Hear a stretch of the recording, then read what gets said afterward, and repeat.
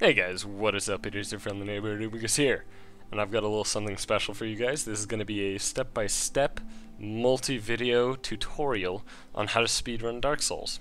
Now I've done the explained runs before, but this is going to be more, I guess, alt-tab friendly, I suppose. So instead of you having to, I guess, pause and play the explained run, you can actually just do an area, watch the video alongside you doing the area, or vice versa, of course.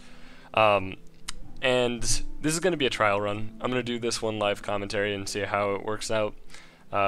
Hopefully you guys appreciate this, because I really do want to do this for you guys. So, this first video is going to be covering Asylum, and I'll be playing as Bandit, because Bandit has the most straightforward Asylum. You start with Master Key, because you always do in a speedrun, even though this character is not going to live very far past the first 5 minutes. But that's fine. So, without further ado, let's go. I'm going to have the controller view for you guys in all of these videos. Hopefully it'll help somebody. If it helps nobody, I'll be a little surprised.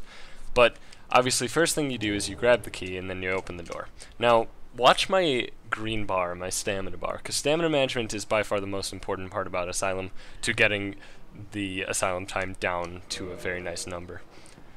So I'm going to be full sprinting up until I'm just about to run out of stamina. And then I'm going to release the button to sprint until my thing goes back up to 2 bars, and then I re-hold the sprint button. And when I get to this ladder, I should be low. So that was pretty good. Ladders and fog gates are very important in speedruns, and this one is no different. What you do on this ladder is mostly you unequip the sword hilt, and if you're playing as Bandit, generally you will unequip your hood and gauntlets as well. Other classes might not be unequipping as much, or might even unequip all of their armor. It just completely depends on the run. But for now, those are the 3 pieces we'll unequip, and we'll finish climbing the ladder. You can do all of that with your right hand while your left hand keeps holding the joystick up. So here, we actually want to drop the straight sword hilt.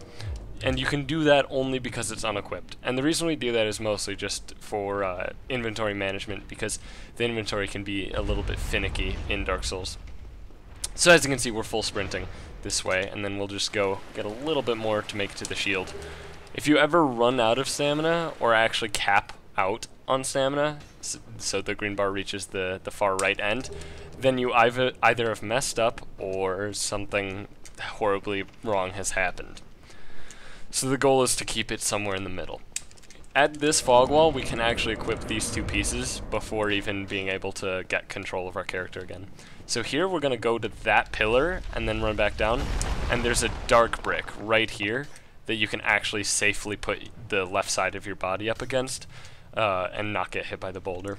So again, this pillar is where the boulder gets triggered, and then there's a dark brick, should be 2 bricks to the left of this brick that my head is touching. It should be 2 bricks to the left. As long as you're just barely touching that dark brick, you're fine. So here's Oscar. The old strategy was actually to kill Oscar with a punch, because he would have a very short death animation, and then grab the items and go. But it was found out actually quite a while ago, so that strat is very old, but it was found out that it's just about 2 seconds faster to button mash through his text and actually wait right about here for the items. So I'll try to demonstrate that now.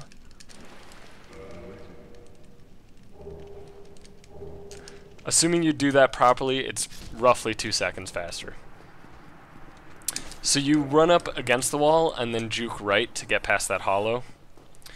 Then this corner can be very dangerous, but as long as you just do a light attack around it, you're fine. This guy, you want to get close to get him to jump at you, and then you kind of want to, you either want to wait for him to move through the door or kill him. It's fine to do either.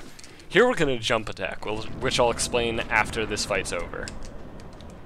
You want to jump attack, lock on, and then just mash right trigger as hard as possible. Keep spamming that right trigger. And as you can see, Asylum Demon dies with, you know, some pretty insane speed. So the reason that we do the jump hit, get out of here, Hollow. Get out of here, Hollow. The reason that we do a jump attack from all the way up there, if my camera will go higher, there it is. The reason we do a jump attack from there is because mobs that have a special plunge animation have multiple trigger points along their hitbox.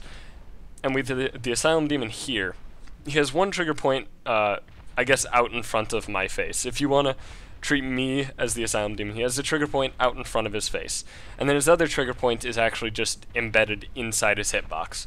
So what you're doing with the jump attack is you're getting enough distance forward to not trigger the close one, so you can actually get a plunge attack on his physical hitbox and then get the special plunge hit. So it's basically a double hit, which reduces him to a very low health. It only works with the weapons that have enough reach, such as the battle axe or any sword, but it does work 100% of the time, assuming that the Asylum Demon has not moved. There is a very rare occurrence where he'll actually try to swing his weapon, and you cannot get the double hit if he does that. So then you open these doors, and you're pretty much free. Now, because I'm Bandit, obviously I'm going to run straight for the exit, but there's two slight variations of this ending bit that are not very common, but you should know about them. So the first one is if you're doing Gravelord Sword and you're afraid that you can't hold the souls past the Titanite Demon, is to grab this soul here and then level up the 3 strength that you need at the first bonfire, which I can explain in a different video. And then the other variation is a fairly recent discovery. This crow right here, or I guess it's just a nest with 2 eggs, but you can trade with it right now. Unfortunately, you only have 1 item that you can trade, and that would be the humanity, but this humanity ends up turning into a ring of sacrifice.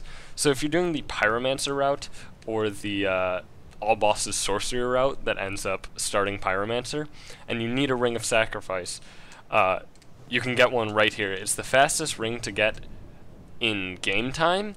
In real time it is somewhat slow, but since our records go by game time, that's what matters.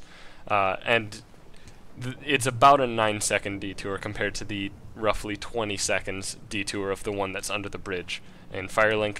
And the way to get this, turn this humanity into a ring, is you just quit the game and then reload, and when you come back in, that'll be a ring of sacrifice waiting for you. And that's pretty much it. One last note on stamina management. I'm going to go back to the door to show you. You finish opening the door and then you go sprinting. You will actually run out of stamina if you full sprint to the cutscene before hitting the cutscene. As you can see, we run out.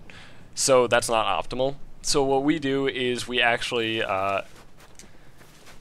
pretty much after leaving the door, sorry, this is going to get a little monotonous, but this is very important. Saving small bits of time where you can. Stamina management is a very big thing when it comes to sprinting. So what I end up doing is I just look at my stamina bar, I go, okay, that's low enough, and then I let go and rehold. You don't need a lot of stamina, you just need a little bit. And then we end up jumping into the cutscene because why not? And I hope you guys enjoyed the first video of hopefully a quite long series of videos helping people understand how to speedrun Dark Souls.